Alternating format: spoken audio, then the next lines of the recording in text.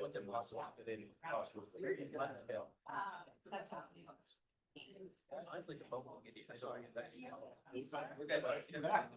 My partner is a job, but like literally.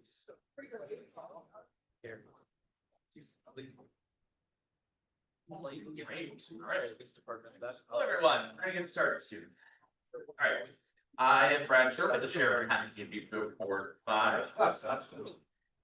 Welcome to our full board meeting. We'll begin tonight with our public hearing, and I will hand it over to our first vice chair, Yaron Victor.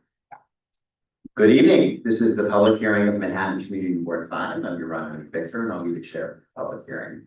During this public hearing, members of the public are invited to speak for 2 minutes on subjects set forth in the agenda or on any topic that relates to the affairs of the community district. If you would like to address the board before it votes on any matters tonight, now is your opportunity to do so. Although there will be a public session during the full board meeting later, that public session will be the end of the meeting after all the votes have taken place. So if you want to address the board on any matter before it votes tonight, now is your time to do so. If you'd like to speak during the public hearing and you are in person, please fill out the speaker form. If you are joining us online, please use the raise hand feature now. If you want to speak, when you are recognized, we'll be able to unmute yourself. Okay, we'll begin the public hearing with Mario Messina. Yeah.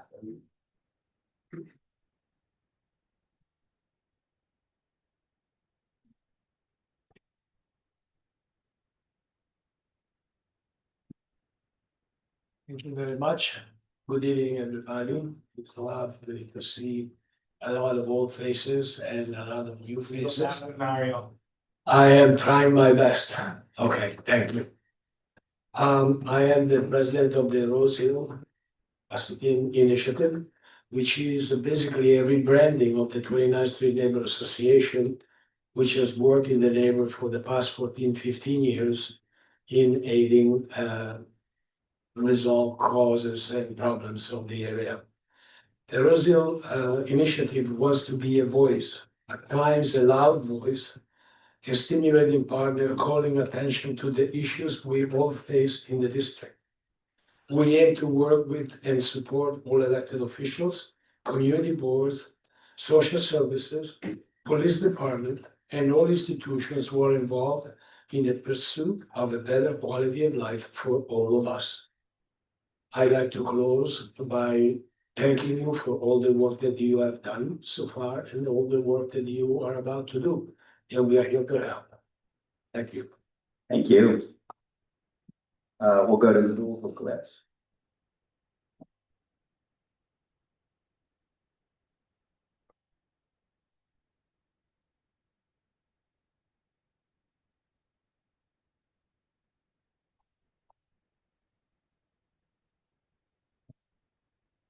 Thank you, Rob.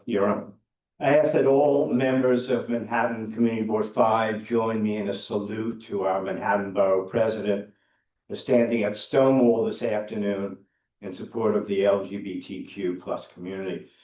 Indeed, I ask that this board, all our elected officials, and all New Yorkers stand in solidarity with minority and marginalized communities coming under attack by federal agencies and law enforcement, and by hate groups and paramilitary thugs running amok in this city, state, and country during the current global rise in fascism. Thank you. Thank you. Anyone else in the room? Those are the only 2 cards I have. Okay, we're going to go online. If you're online and want to speak, can you raise your hand, please?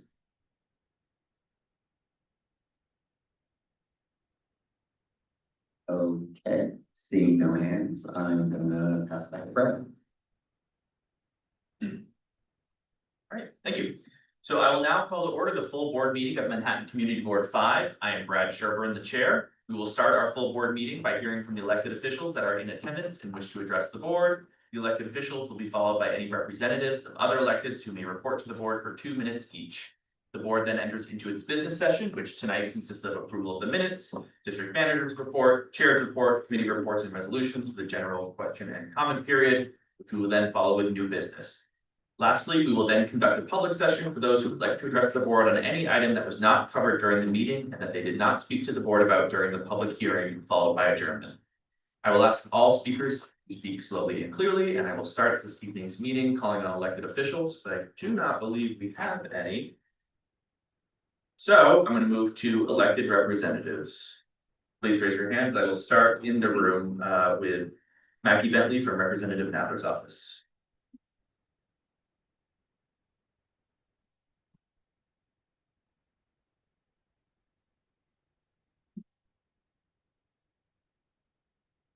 Good evening, everyone. So a few updates from Congressman Nadler. Last week, the House of Representatives voted on the fiscal year 2026 government funding package, which included a stopgap measure to fund the Department of Homeland Security. Congressman Nadler voted no. Under the Trump administration, DHS enforcement actions have spread fear in communities across the country and raised civil liberties and concerns. And Congressman Nadler will not support another cent for an agency that continues to show such disregard for the rule of law and basic human decency. On another note, Congressman Nadler is proud to have also signed on to the House Resolution 996, calling for the impeachment of Secretary of Homeland Security Kristi Noem for high crimes and misdemeanors.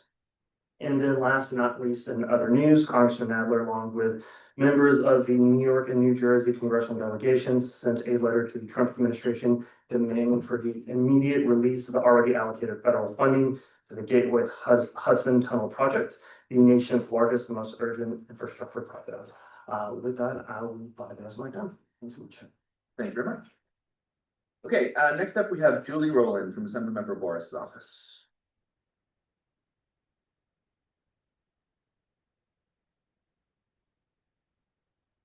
All right, what's up, CV5? It's cold out there. Just spent the last 2 hours standing in the cold at Stonewall. Thank you so much for that comment. The assembly member and I were very proud to stand there both this morning and at 4 p.m. when we raised the flag up.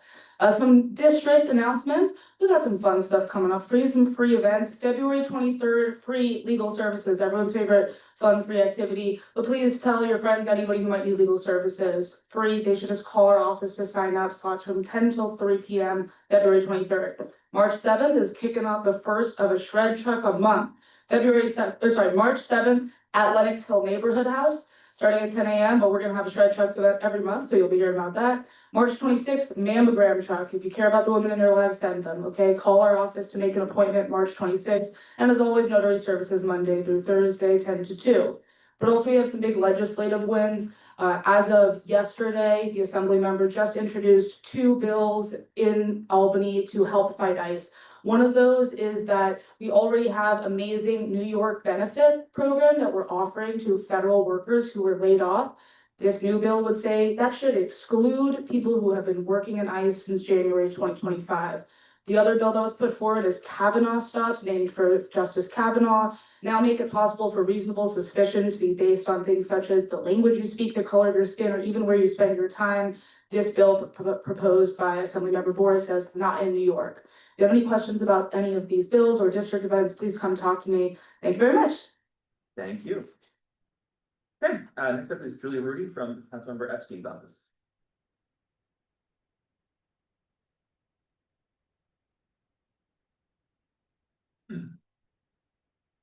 Hi, everyone. Just a few announcements from our office. We have a few events coming up.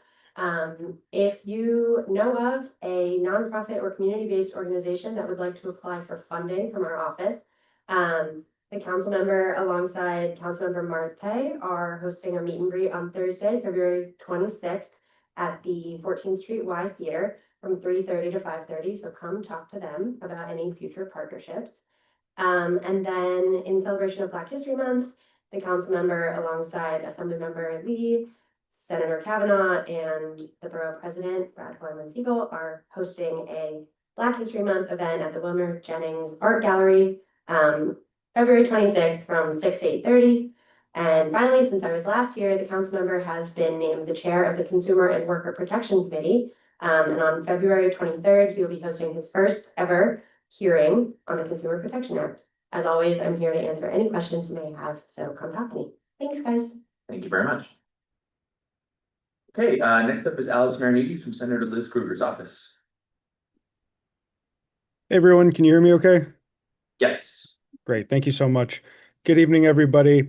Our office is running well, I should start by saying that Senator Kruger is still in Albany chairing budget hearings.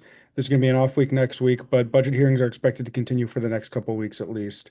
Moving on, our office is running a sub-metering survey where we are asking our constituents to fill out a form detailing any issues they have had with new electricity metering systems that possibly contribute to unreasonably high utility bills. If you've experienced this problem, please fill out that survey. Our office is looking for nominations for the New York State Senate Women of Distinction program and for the Senate's Veterans Hall of Fame program. If you know anybody who lives in our district who you think should be nominated, please contact our office by filling out the respective forms. And everything I mentioned today, I'm going to put in the chat as well. The deadline for the Women of Distinction Award submissions is February 20th, and for the Veterans Hall of Fame, it is March 5th. We're also asking for nominations for the Senate Youth Leadership Recognition Awards. Now, you must be a school administrator or an educator to actually nominate a student, but if you know somebody who you think is deserving of this award, please fill out the form on our Senate website by February 28th.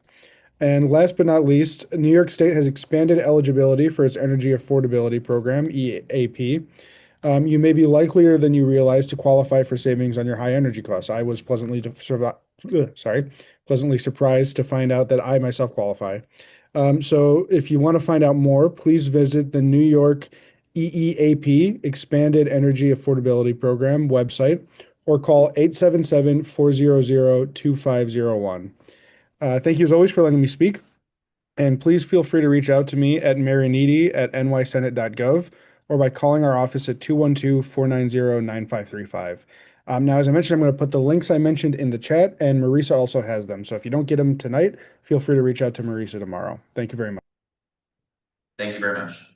Okay, next up is Peyton Schulteis from Senator Gonzalez's office. Good evening, everyone. I just have a few updates from the Senator's office. First, I wanted to highlight a couple bills that the Senator recently introduced. First is S9144. Senator Gonzalez is a co-prime sponsor of this, along with Senator Liz Kruger. The bill would impose a 3-year moratorium on issuing permits for new data centers throughout the state. In addition to this, the other bill is S9051, which would prohibit AI chatbots from offering services that are deemed unsafe to minors. So this includes things like producing outputs that suggest that the chatbot is a real or fictional character, as well as outputs that suggest that the chatbot has personal opinions or experiences human emotions. And it also includes outputs that would endorse actions that might cause harm to oneself or others. This bill is developed in partnership with the Attorney General's office and is informed by the most current research available on the impact of AI companion chatbots on children. Next, I just want to highlight a couple of upcoming events. On February 27th from 11 a.m. to 1 p.m., our office will be hosting a healthcare resource fair. This will be held at the Polish and Slavic Center at 177 Kent Street in Brooklyn, New York. We hope to see you there. Also, we're holding our next Manhattan Mobile Office Hours event at the Kips Bay Library on Tuesday, March 10th from 2 p.m. to 4:30 p.m. Please feel free to stop by if you are having any issues or need some casework assistance. And that's all for me tonight. Please feel free to reach out to gonzalez@nysenate.gov if you have any questions, or call our office directly at 718-765-6674. Thank you. Have a nice evening. Very much. Next up is Andrew Chang from the Manhattan Borough President's office. Hi, good evening, everybody. I'm Andrew. I'm here on behalf of Braha Rosenberg, who's unable to make it tonight. First off, happy Black History Month and happy Lunar New Year to everybody. Here at the Manhattan Borough President's office, we are happy to announce Misha Smith as the new Deputy Borough President.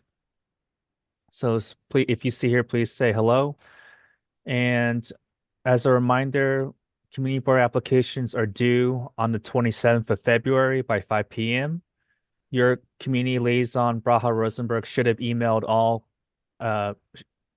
current board members who need to reapply by now. So please check your email. If you haven't reapplied, please do so. And we all encourage new people to apply to join the community board. We also have a new director of land use and planning. Her name is Emily Bachman at the Manhattan Borough President's office. And then our Northern Manhattan office over at 431 West 125th Street is offering free tax prep services for folks making less than $97,000. The free tax prep will be available on Mondays and Wednesdays through the 15th of April from 11 a.m. to 4 p.m. Please call 718-784-0877 or visit bphs.com/tax prep to make an appointment. I also post this information in the chat as well. And then the last two things I want to quickly mention is that we have capital grant funding available for schools, nonprofits, and the deadline to apply is the 19th of February, 5 p.m. More information is on the Manhattan Borough President's website, manhattanbp.nyc.gov. And we are having our Manhattan Borough Convention and ceremonial swearing in for Manhattan Borough President Brad Hoylman Siegel on Sunday, the 22nd of February, 1 p.m. at Lincoln Center. And then I guess one last thing is the new NBPO Director of Community Affairs should be present in the room right now. Her name is Marielle Ali. If you have not met her yet, please go say hi to her. Thank you. Thank you very much. Are there any others online representatives electeds? So we will now enter into the business session of the board, where, as I mentioned, only board members are allowed to speak. Board members attending virtually, please remember to have your videos on during the meeting. We're entering the business session, starting with a vote to accept the January minutes. May I have a motion? Motion. Yeah. And a second? Thank you very much. As a reminder to all members, we are conducting voting using the Google form sent to you by Milan. Please use this form to cast your vote. If you're in person and having issues or needed assistance, the board office is available to assist. For members attending virtually, please let us know in the Zoom chat if you are having any issues. So now we'll move to the district manager's report.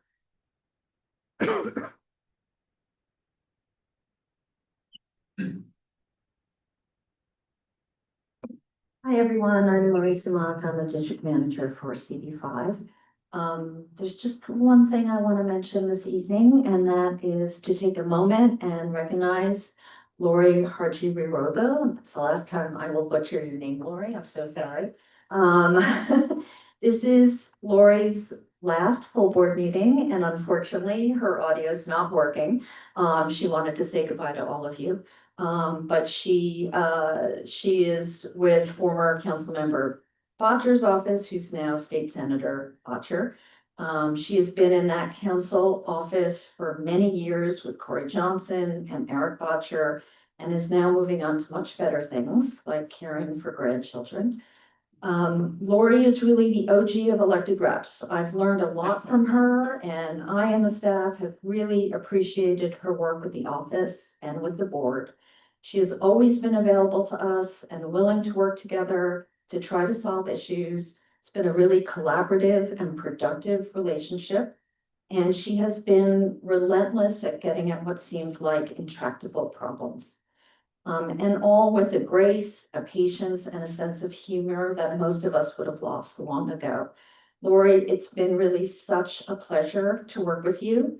I and the entire office staff will miss you greatly, but we wish you the very, very best and hope that you get to enjoy your neighborhood and the city without being asked to solve its myriad constituent problems. All the best to you, Lori. Thank you.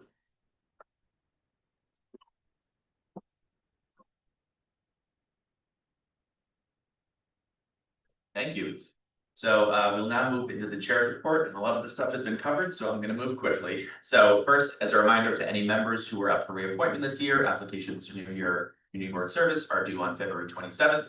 Please be sure to complete your application before that deadline. It's at 5 p.m. as you heard earlier. If you have any questions about the process, please reach out to the borough president's office directly. I want to share an open invitation from the borough president to attend his inaugural celebration and borough convention on February 22nd at Alice Tully Hall. Additional information is included in our newsletter. It should be a great opportunity to connect with colleagues from across Manhattan and to mark the beginning of this new administration. For those interested in our fiscal solvency, our quarterly report from Anchor is available at the front table. Please take a copy for your records. Next, I want to congratulate former council member Eric Botcher on his election to state senate. Eric worked closely with this board throughout his time as our city council member, and we appreciate the collaboration and partnership he brought to so many issues affecting our district, and wish him a great success in Albany.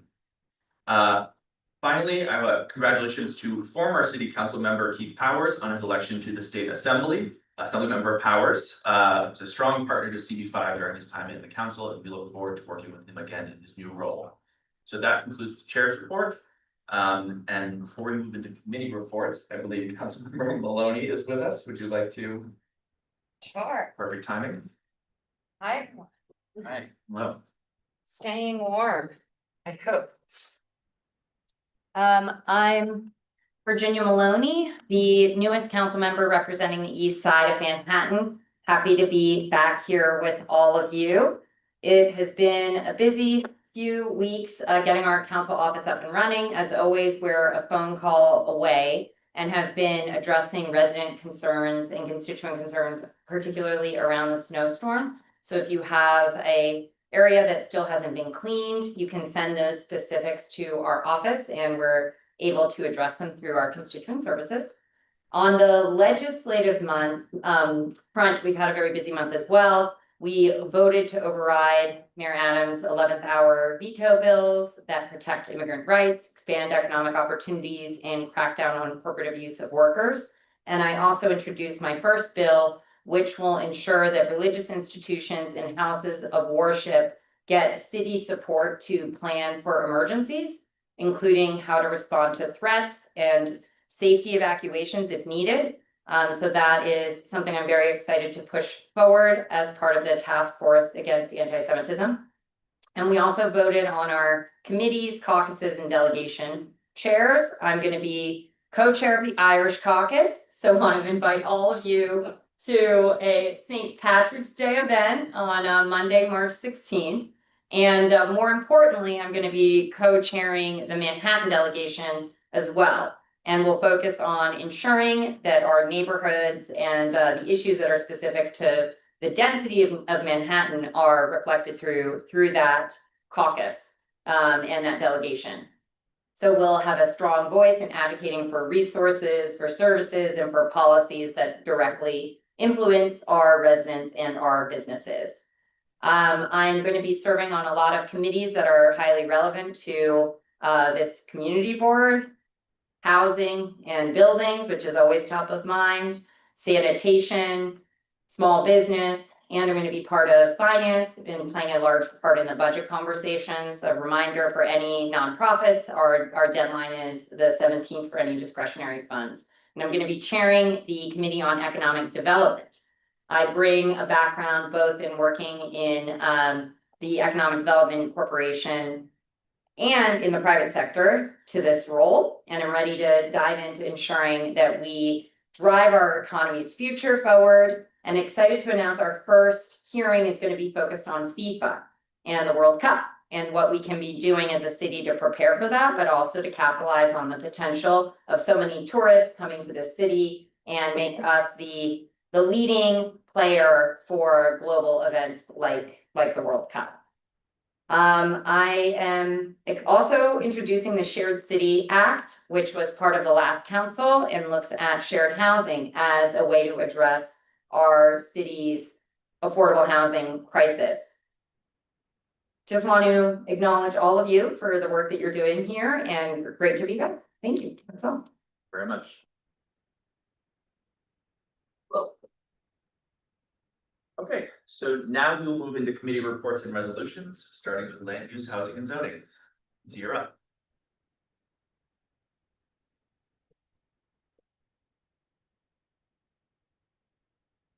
Thank you, Brad. Good morning.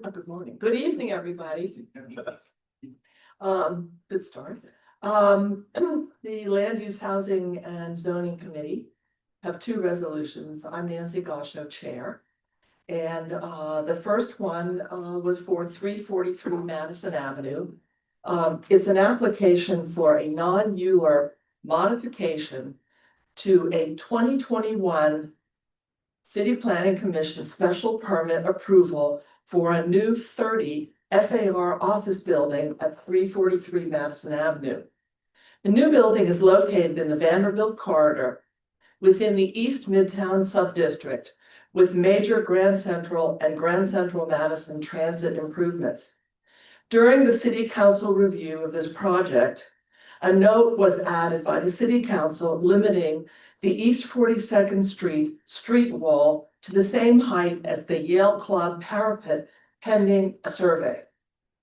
Well, now the survey has been completed and the applicant is updating the street wall height from 295 feet to 283 feet 6 inches and removing the interim note, which did not have a height limit. The change affects only the East 44th Street frontage. There is no change to floor area, overall height, massing, uses, or public benefits. The committee views this as a technical clarification, reducing the previously approved street wall height. The committee unanimously voted for approval. Thank you. Any conflicts? Any questions? Any comments?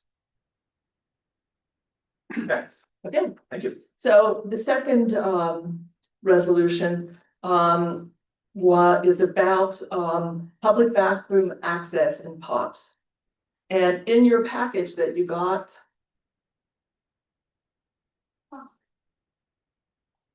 On the screen behind you as well. Oh. Good. So you got this in your package and everyone was to do their homework and read through it. I'm not gonna go through it unless you want me to. I really don't want to.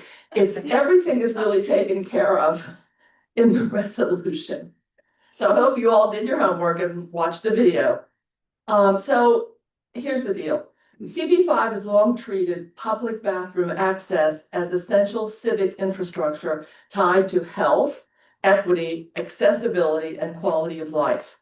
Since 2019, the Land Use Committee has asked for public access to bathrooms for at least 18 land use and POPs permit applications, including open air cafe permits and renewals. On several of those, we actually did get access to public bathrooms and POPs. We were thrilled by that, but not everyone complied with our request. The POPs amenity rules have not been meaningfully updated since 2007. So it's time to modernize them to better serve our community and create a more livable city. Local law 69 of 2024 commits the city to doubling public bathrooms by 2035. We believe that goal requires zoning tools and incentives, not capital programs alone. This resolution offers several zoning ideas for discussion with Department of City Planning with a collaborative and flexible approach to those discussions. The Land Use Housing Zoning Committee unanimously supports this resolution, and I'm hoping tonight that we can get a unanimous board vote because it will strengthen our discussions with the Department of City Planning and reinforce support from our elected officials. I invite any land use, housing, and zoning members to comment in support of this resolution. All right. Any conflicts? Any questions? Any comments? You're on. So that's Nancy, in response to Nancy's request, I very much support this, and I just want to explain for those who may not have had an opportunity to read the resolution or watch the video, what the resolution is effectively saying. It's saying that we want to use zoning tools to be a part of solving this problem. It is not prescribing a particular solution. We consider it an opening to a conversation with DCP. We are open to all kinds of solutions here, but what I think is really strong about it is we lay out a lot, I think 6 or 7 different possible solutions, and we say, let's keep talking about this. So that's effectively what we're voting on, and I'm very much in favor of it. Thank you. Zool, do we have another microphone by any chance?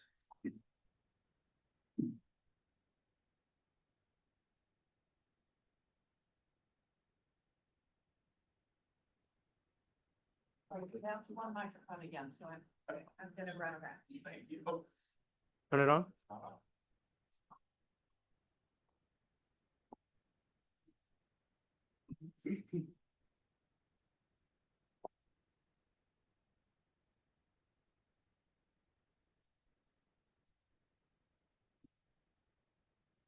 Thank you, Brad. Thank you, Nancy. Public access to restrooms is probably the longest running hobby horse we have at CB5.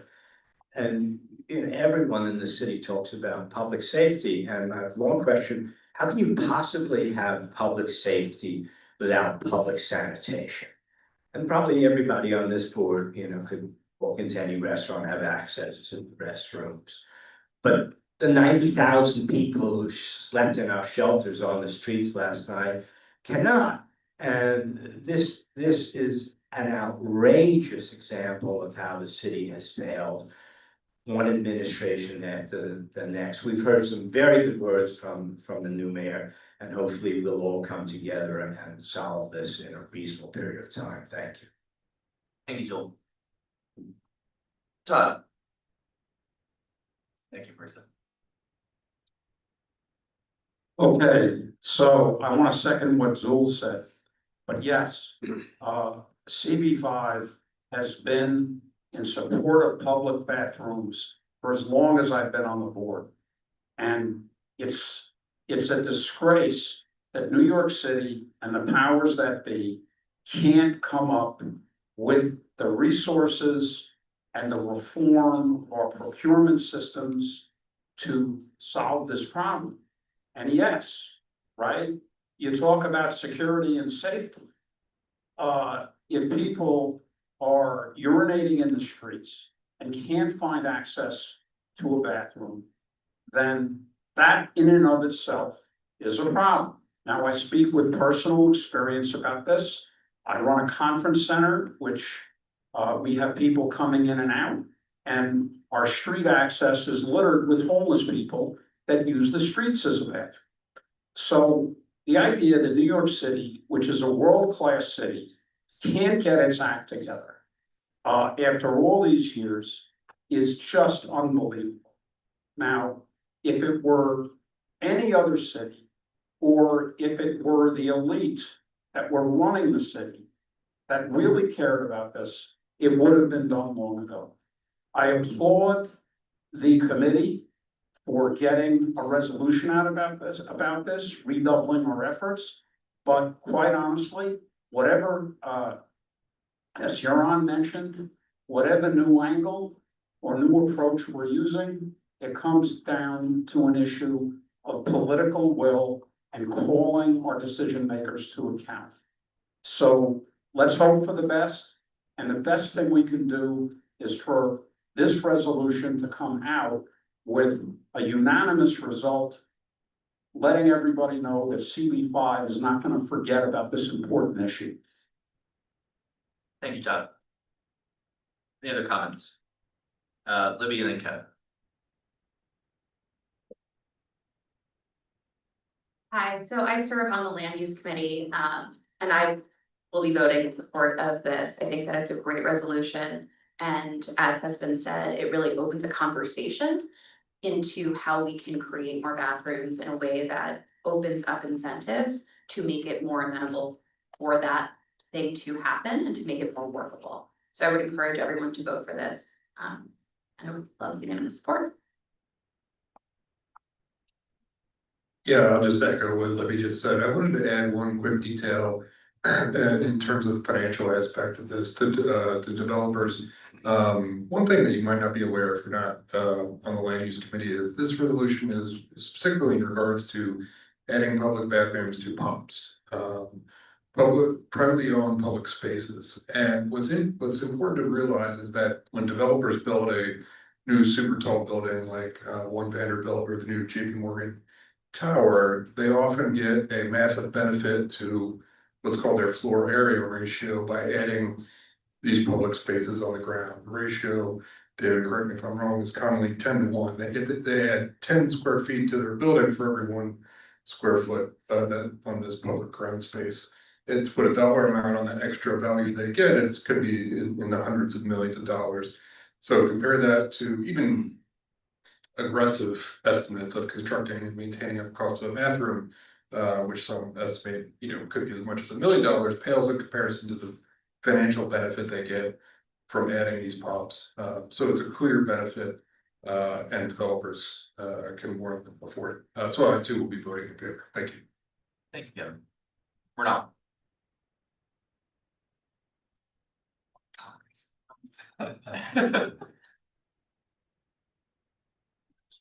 Is this the only one? Yes, it is. Well, I serve on the land use committee as well, and I will be voting in favor of this resolution. I mean, this is an issue that we've been talking about for the longest time, and we've been trying to solve this issue piecemeal, one special permit at a time. Every single time it comes up in committee and in full board, some members on the board have expressed have said that this is not something that the law requires. So this is sort of trying to fix that issue and trying to put in place an incentive system for POPs, for people requesting POPs to put restrooms in place and fix this problem once and for all. Well, not once and for all. It only fixes the problem to some degree, but POPs are a big part of CB5, so it does tackle the problem to some degree for CB5 more than it would in other parts of the city. But it's a starting point. Thank you, Murnau. Anyone else? Okay. We are gonna move to landmarks, but before we do that, I believe we have Mariel Ali from the Borough President's Office. So I'll take us out of business session. You want to just go up to the podium? Yeah. Thank you.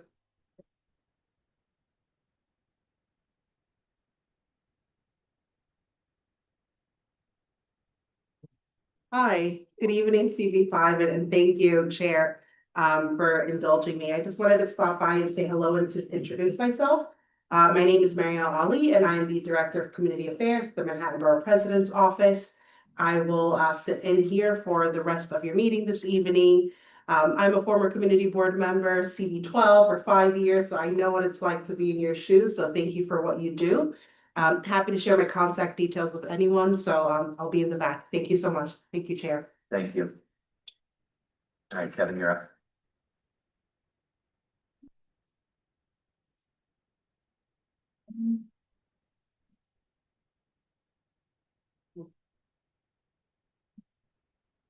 Hello, everyone. My name is Kevin Frizz. I'm Chair of the Landmarks Committee. Landmarks had one application this month. 2 Park Avenue, which is a 28-story building between 32nd and 33rd Street. It's an Art Deco building built in the 1920s.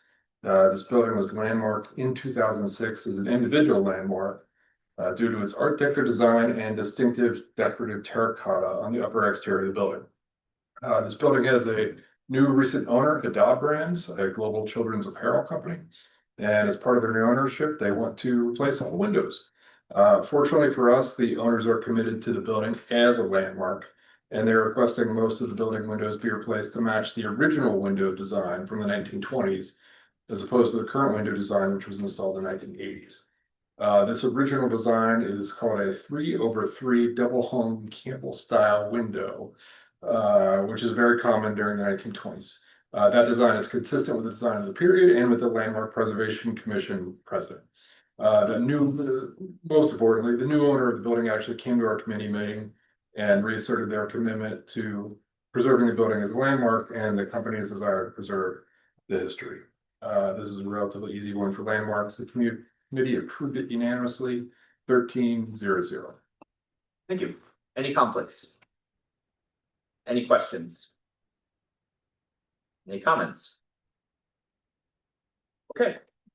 So that concludes our resolutions for tonight, but we do have some updates from a few of our committees. So I will start with Seth for SLAP.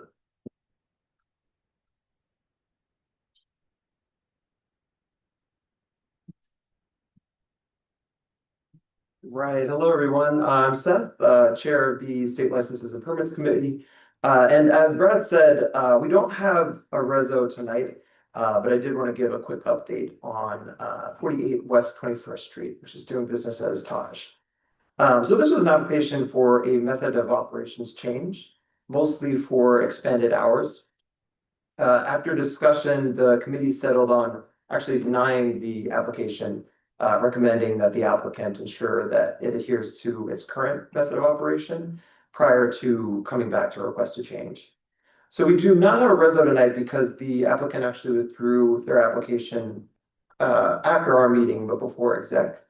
So for those who are interested in following this establishment, we've received a new application for the same establishment, which we'll cover at an upcoming meeting. So please do check our newsletter to find out when this will be covered next. Great, thanks, Ed. Any questions? Comments? Okay, thanks. Next up, David.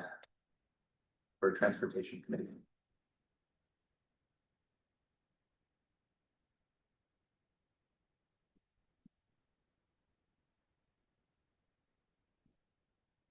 Hi, I'm David Sigmund. I'm Chair of the Transportation Committee.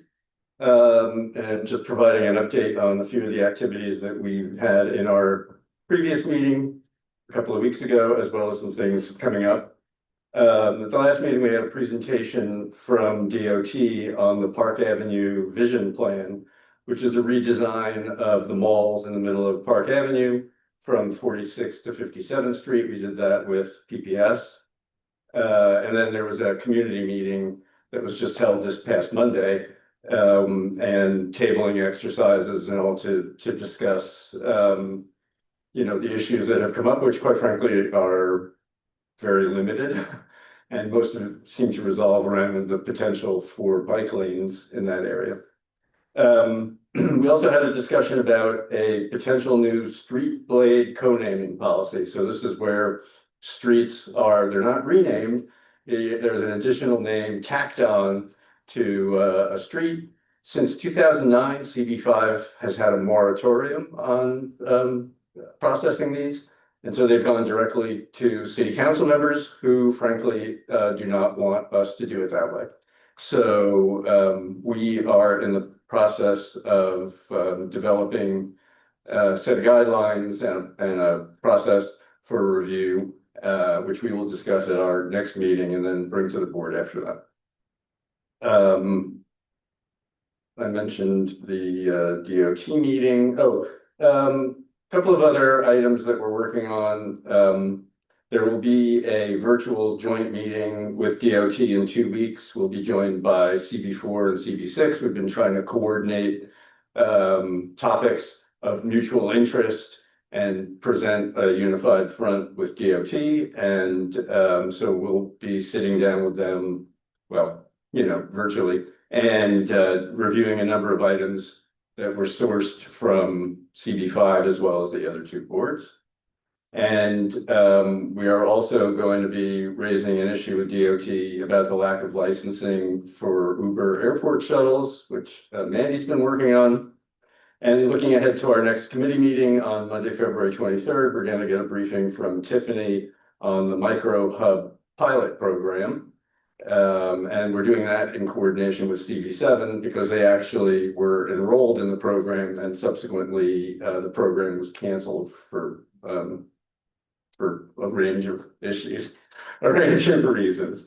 And then we'll also be reviewing the new street blade co-naming policy. So, and finally, a Penn Station task force was formed with the chairs of the committees that have passed resolutions related to Penn Station and the Penn area. And so that task force has been pulling together summaries of all of the actions that CB5 has taken over the last 13 years. And we hope to be able to report to the board next month on both the status of the Penn Station transformation project, as well as CB5's history on the project. And I mean, just for background, an RFP was issued in January to 3 large, well-qualified development teams to improve the existing Penn Station, increase traffic, pedestrian traffic capabilities, fire and life safety, long issue, and a lot of open issues as well. So we're gonna come back with a fairly complete update for everybody on the board, because the expectation is that sometime later this spring, a decision will be made on who the developer is and what their program is, and at some point, we're gonna wanna weigh in on that, so kudos to Brad for saying we should probably know what we did in the past before we do something in the future. So that'll be coming, I hope, next month as well. Thanks. Thank you, David. Any questions on any of that? Comments? All right, keep it moving, Dave.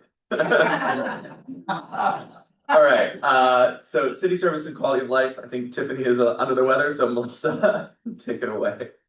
Another report.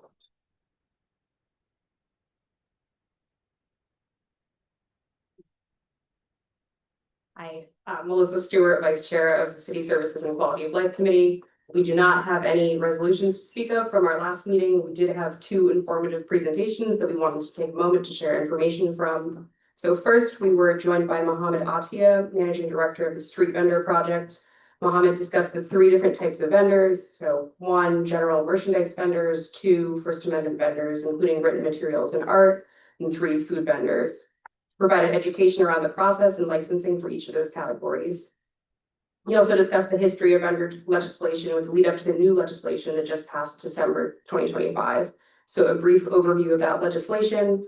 In December 2025, the New York City Council passed a landmark reform package expanding street vendor licenses for the first time since the 1970s. Starting this summer 2026, the law adds 2,200 food vendor licenses annually through 2031 and introduces 10,500 general merchandise licenses starting January 15th, 2027.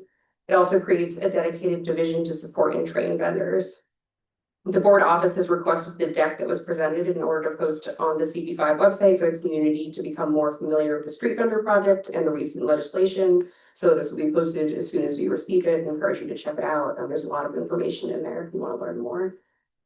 Second, we were joined by Bruce Pachter and Chris Chevalier, members of the LGBTQIA+ Advisory Committee to the NYC Police Commissioner. They came to discuss an upcoming survey in which they hope to capture vital data on the community's experiences with safety issues and crime within New York City, as well as members' interactions with the NYPD. Having this data will empower the committee to make informed recommendations to the police commissioner that will help build bridges and guide meaningful policies, as well as identify threats to our communities and the city's safety. They're asking for our assistance to make the survey a success. So there's three major parts to the survey: demographics, including race, gender, disability status. Community safety overall is the second major section, bias, crimes, and work environments. Then the third is perceptions of the NYPD. So the survey is open to all in the 5 boroughs who identifies LGBTQIA+. It is fully anonymous. There's no ID tracking, no digital fingerprints, and no personal identification. And they also have resources for those filling out the survey in the survey itself. And stated that they want to provide transparency around the results. In terms of dissemination, they're publishing this on websites, social media, and in person in the community. They've asked us to spread the word, and as soon as we receive the final surveys, will be shared in the CB5 newsletter. So encouraging all to participate in the survey or help in sharing it once we have it. Great, thank you. Any questions? Comments? Okay, so that concludes committee reports. So let's take a moment to vote. There are only 3, so I'll give you all 3 minutes. So we'll be back at 6:55.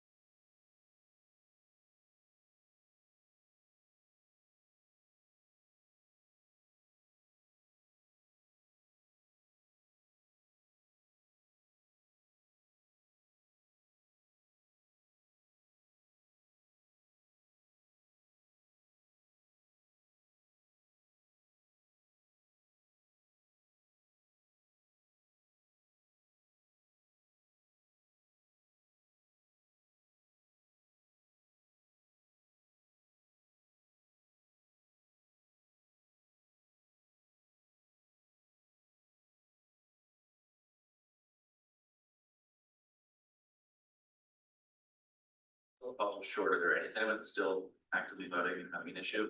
Karen, all right. Quickly shaming, all right, continue.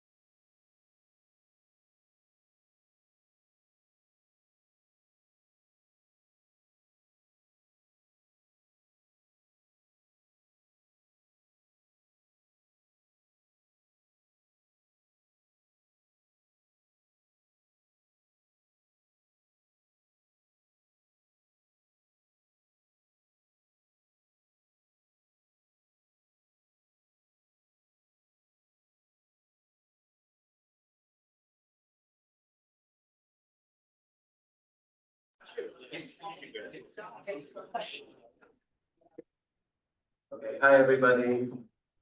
All right, we're gonna go through this quickly.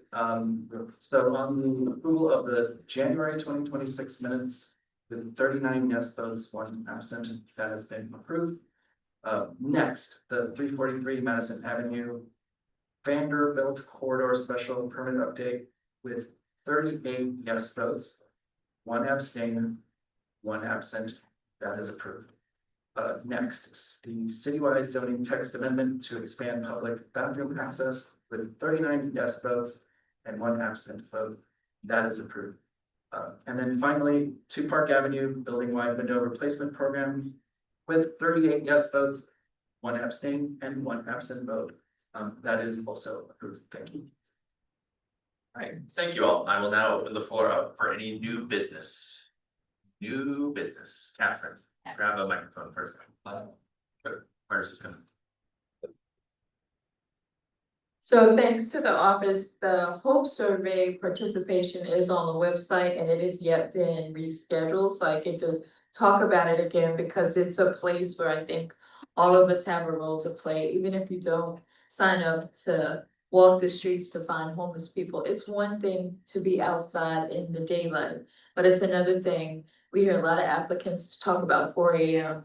and the survey runs on the subways at night. And in CB5, there are significant amounts of homeless people, and we need to find, I said this before, ways where all of us can participate, innovative ways, creative ways, and support the people who do this every day, day in and day out.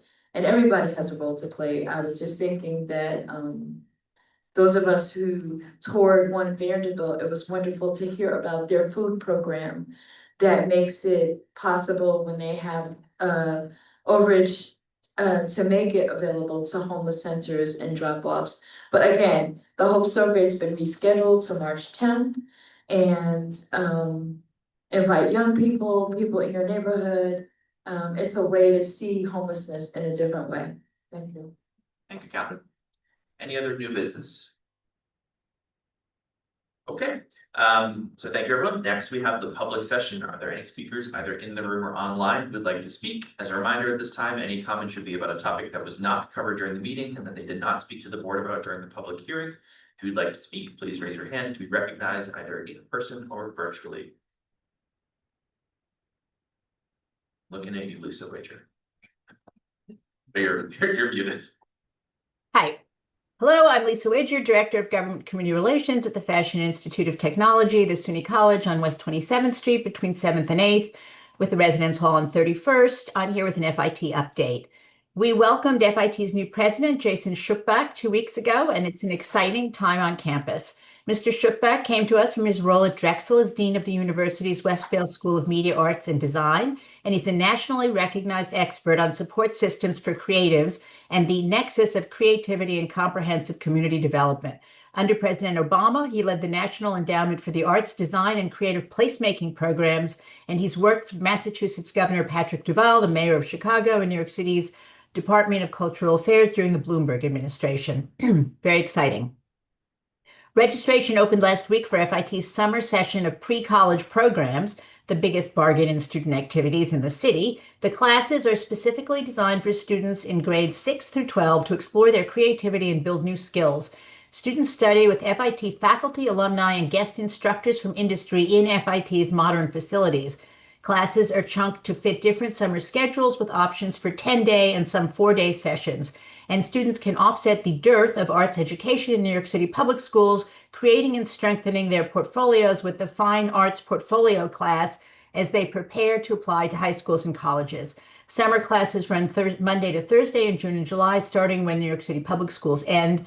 In the summer, middle school classes range from sketching for comics and the art of photography to jewelry design and art through mixed media, and from fashion trend forecasting to inside the world of fashion styling, both business classes. High school courses include 2D animation, anatomy for artists, basic sewing, hooded sweatshirt, and for the more advanced menswear for designers. There's also intro to advertising and marketing communications and beauty marketing from concept to campaign, plus screen printing, short film, conception to completion, intro to footwear design and construction, and toy design. Almost seems worth going back to high school, right? Enjoy our balmy weather. Sorry I was late. Thank you for letting me speak at the end. Thank you, Lisa. Wendy Dong.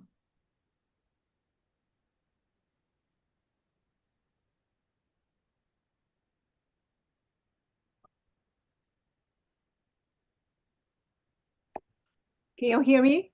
Yes, we can. Oh, yes. Hi, my name is Wendy. I'm from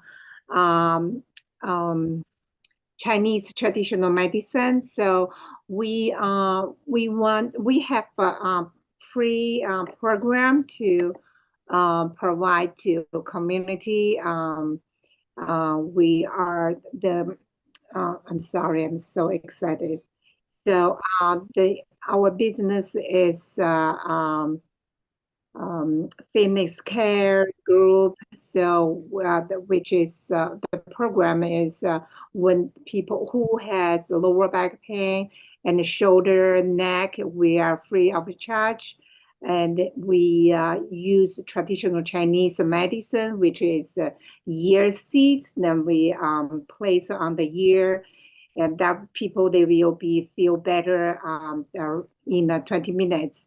We were helping a lot of policemen, and also we want to bring this benefit to our community. So my phone number is 845-754-1224. Any organization, if you want to care about your employee benefit, then we can help. So Fleet is free, no charge. Thank you. Thank you, Wendy.